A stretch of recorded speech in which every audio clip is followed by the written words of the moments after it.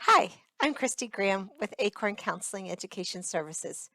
I'm the clinical director here and trained in trauma informed care. And I just thought it's important for all of us to understand what happens to us when we go through a stressful experience. And I'm talking about a prolonged stressful experience, say um, a terrible winter storm, hurricane. Um, a long-term kind of financial difficulty, even medical illnesses and things like that. What happens at the very beginning is, of course, there is your resources that you have before, maybe job, emotional stability, education, family, support systems, things like that. For some of us, that includes a life of privilege. Maybe we're from the suburbia.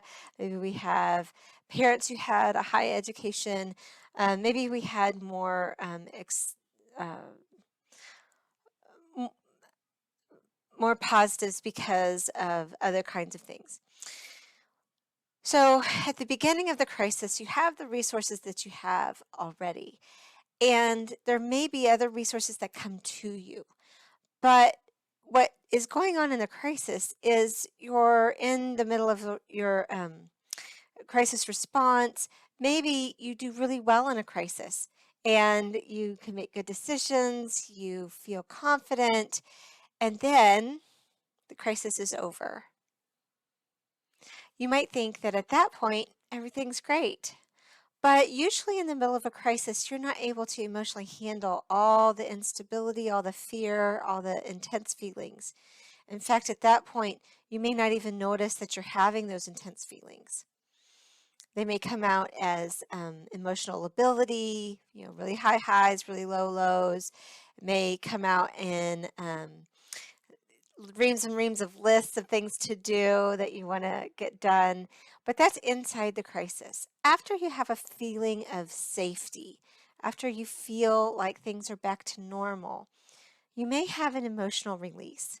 And this emotional release can be kind of scary. I mean, you're crying and you're like, wait a second, everything's okay now. But that's a pretty normal thing.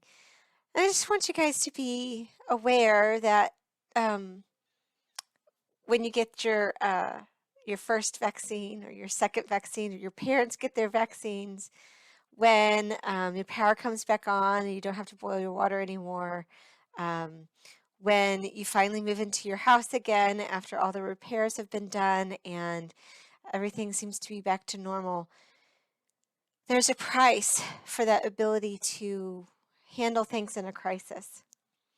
And don't be too fast to move past that. We need to acknowledge all of those feelings, feel them, get support. And usually what it takes is a hug or two, somebody to say, I hear you, I see you, I understand, and I care. And then we can move on.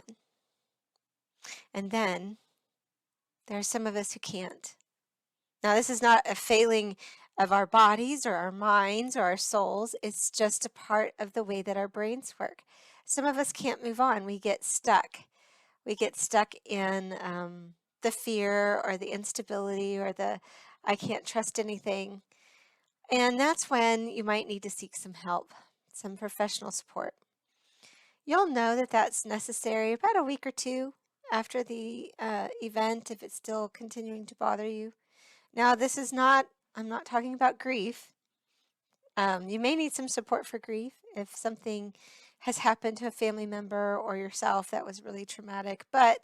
Um, but I'm talking about just when you're back to normal, everything's fine, and yet you still can't get quite past it.